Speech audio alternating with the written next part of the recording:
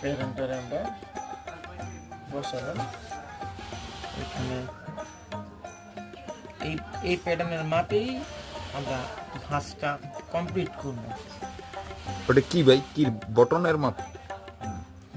রিপ কাপড় যেই সময় যেইভাবে প্যাটার্ন হয় স্বাভাবিকত এইটা এখানে 3টা কইরা প্যাটার্ন বসলে যতটুকু 3 পিস করে মালাইবো না 3 পিস করে।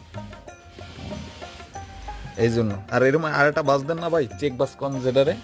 এই যে এটা এইভাবে ওইটা মানে চেক বাস বলতে ভিতরে কোনো দাগ বা ফাটা চিরা আছে কিনা ওইটা চেক করেন না ভাই? পাঁচ ভাঙা টাঙ্গা থাকলে এই যে ভাঙা টাঙ্গা থাকলে তো কি হয়ে যায় না, এতে মালটা কাটলে